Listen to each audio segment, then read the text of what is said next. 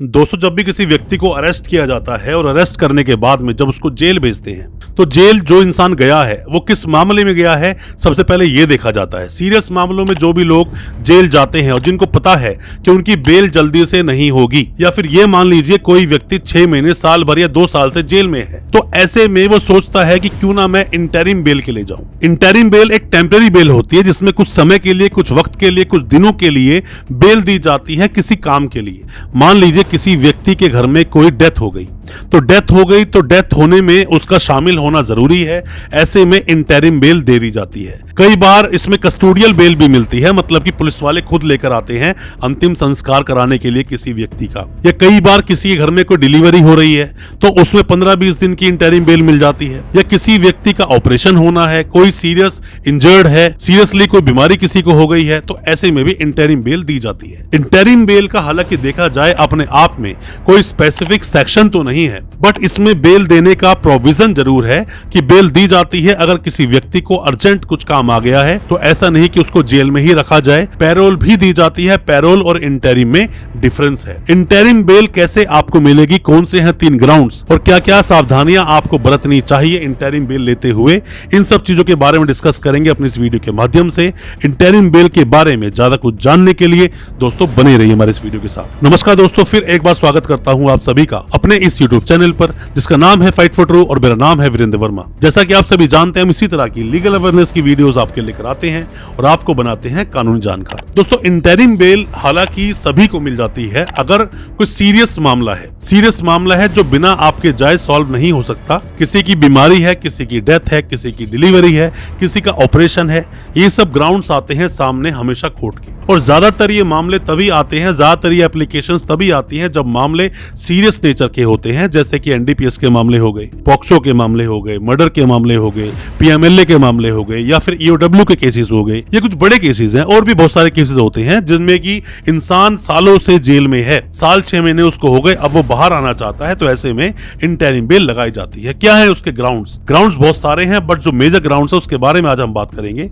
सबसे पहला ग्राउंड जो इंटरिम बेल का बनता है दोस्तों, होता क्या है, मान लीजिए कि आपकी वाइफ, अगर आप जेल में हो, आप एक्यूज हो, कोई भी मेल जेल में है और अभी उसकी वाइफ को कोई भी प्रेगनेंसी है या डिलीवरी होनी है या ऑपरेशन होना है, तो ऐसे में कई बार हाई कोर्ट ने, सुप्रीम कोर्ट ने भी बोला है कि यहाँ वाइफ को जो जरूरत है अपने हस्बैंड की, उसे कोई और रिप्लेस कर नहीं सकता। तो ऐसे में बहुत बड़ा ये ग्राउंड होता है बेल लेने का। पर मैंने अक्सर ये देखा है छोटी छोटी बातों के लिए भी लोग इंटरिम बेल लगाते हैं। आपको लगानी चाहिए, पर इंटरिम बेल मिलने के चांस कम ही होते हैं। जैसे कोई इंसान बेल लगा देता है कि मुझे पथरी का ऑपरेशन होना है, कोई इंसान पाइल्स के लिए लगा देता है कि मुझे ऑपरेशन होना है, मतलब अलग अलग छोटी छोटी बातों के लिए भी अक्सर इंटरिम बेल लगाई जाती है। बट ऐसे में बेल मिलती नहीं है, बेल को डिसमिस कर दिया जाता है। आपके साथ अगर सीरियस कोई मामला है, खास करके आपकी वाइफ के साथ, और वाइफ पर अगर आप इंटरिम बेल लेते हैं तो आपकी बेल होगी, आप बाहर भी आओगे और आपको वक्त भी अच्छा खासा मिल जाता है। दोस्तों, आप में से कोई भी नए वकील साहब हैं, कोई भी लॉ स्टूडेंट हैं, या फिर अभी अभी आपने प्रैक्टिस शुरू की है, आपका कोई भी सगा संबंधी जानकार जेल में है, या फिर आप खुद जेल में हैं, तो मैं आपको बता दूं ये वीडियो बहुत काम का है। इंटरिम बेल लेने के लिए हालांकि स्पेशल कोई प्रोविजन नहीं है, पर आप इंटरिम बेल ले जरूर सकते हैं अगर आपके परिवार का कोई भी सदस्य है, सीरियसली बीमार है, कोई भी इंजर्ड है, उसका ट्रीटमेंट होना है, ऑपरेशन होना है, घर में कोई डेथ हो गई है, ऐसे में आप बेल ले सकते हैं। और कोई भी असिस्टेंस आप चाहते हैं, हमारी ऑनलाइन कंसल्टेंसी भी आप ले सकते हैं, दिए गए नंबर पर आप व्हाट्सएप जरूर करें। ये तो था पहला ग्राउंड जो अक्सर काम करता है। अब हम बात करते हैं दूसरे ग्राउंड की। दोस्तों, दूसरा ग्राउंड रिलेट करता है आपकी रेगुलर बेल से भी, कि अगर कभी भी आप अगर इंटरिम बेल लगाते हैं, सीरियस मामला है आपका, मान लीजिए एनडीपीएस का मामला है, पॉक्सो का मामला है, पीएमएलए का, मनी लॉन्ड्रिंग का मामला है, ईओडब्ल्यू का मामला है, और आपने बेल ली सीरियस मामले में, कमर्शियल क्वांटिटी थी एनडीपीएस में, और आपने बेल ली इसमें इंटरिम बेल, और आपने टाइमली सरेंडर कर दिया। पहली बार सरेंडर किया, दोबारा बेल मिल गई, दोबारा बेल ली, फिर सरेंडर किया, फिर तीसरी बार मिल गई। तो ऐसे में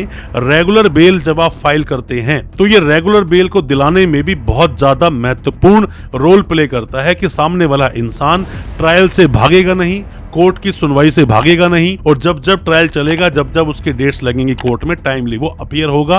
तो ये सब चीजें भी काउंट की जाती हैं। और किसी भी इंसान को, मान लीजिए किसी के घर में कोई डेथ हो गई, ऐसे में उसे इंटरिम बेल दी ही जाती है, और कई बार लोग बेल नहीं भी लगाते हैं। बट इंटरिम बेल लेकर आप बाहर आ गए, टाइमली आपने सरेंडर कर दिया, तो रेगुलर बेल के ग्राउंड्स बन जाते हैं। तो किसी की डेथ में भी आपको बेल बिल्कुल मिल सकती है। अब हम बात करते हैं तीसरे मुद्दे की, तीसरे ग्राउंड की, या तीसरे हम बात करें आधार की, जिसमें इंटरिम बेल आपको मिल जाती है। दोस्तों मान लीजिए कई बार हमें लोग बोलते हैं कि सर मुझे बीमारी है, कोई भी बीमारी है, मेरा एक ऑपरेशन होना है, और आप खुद जेल में हो। तो ऐसे में कई बार कस्टोडियल ट्रीटमेंट के लिए परमिशन दे दी जाती है। आप गए थे इंटरिम लेने, बट कस्टोडियल वहां पे इंटरिम मिल गया, मतलब कि आप कस्टडी में ही रहोगे और वहां पे आपका हॉस्पिटल में ट्रीटमेंट चलता रहेगा। तो बेटर है कि आपकी वाइफ के लिए, आपकी मदर के लिए, आपके फादर के लिए, घर में अगर और भी लोग आपके मदर फादर को देखने के लिए हैं, तो ऐसे में कई बार बेल डिसमिस कर दी जाती है। तो वाइफ का ग्राउंड बड़ा होता है, और साथ में ही अगर आपकी वाइफ प्रेग्नेंट है, तो ऐसे में तो बार बार आपको इंटरिम बेल मिलेगी ही। आपको बिल्कुल भी टेंशन लेने की जरूरत नहीं है, बेल आपको मिल जाएगी। और रेगुलर बेल के लिए भी साथ के साथ ट्राई करते रहना चाहिए।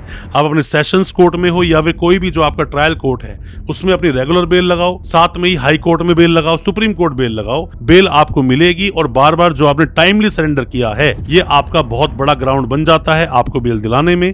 टाइमली सरेंडर इसीलिए आपको करना चाहिए। इंटरिम बेल के बारे में कोई भी किसी भी तरह के सवाल अगर आपके दिल में है, आप कमेंट बॉक्स में सवाल पूछें, या फिर आप हमें दिए गए नंबर पर व्हाट्सएप करें, हम आपको रिप्लाई करेंगे। हो सकता है हमारा कोई भी सजेशन, कोई भी रिप्लाई आपके केस में आपके बहुत काम आ सके, आप अपने केस से बाहर निकल सकें। अच्छा लगा हो आज का वीडियो, हमारे वीडियो को ज्यादा से ज्यादा अपने दोस्तों, परिजन, परिवार तक शेयर करें, ताकि वो भी अपने आप को कानूनी जानकार बना सकें। चैनल को सब्सक्राइब करना बिल्कुल ना भूलें, साथ में लगा बेल आइकन जरूर दबा दें, ताकि इसी तरह की लीगल अवेयरनेस की वीडियोस आप तक पहुंच सके सबसे पहले। बहुत बहुत शुक्रिया दोस्त, धन्यवाद हमारे इस वीडियो के साथ बने रहने के लिए।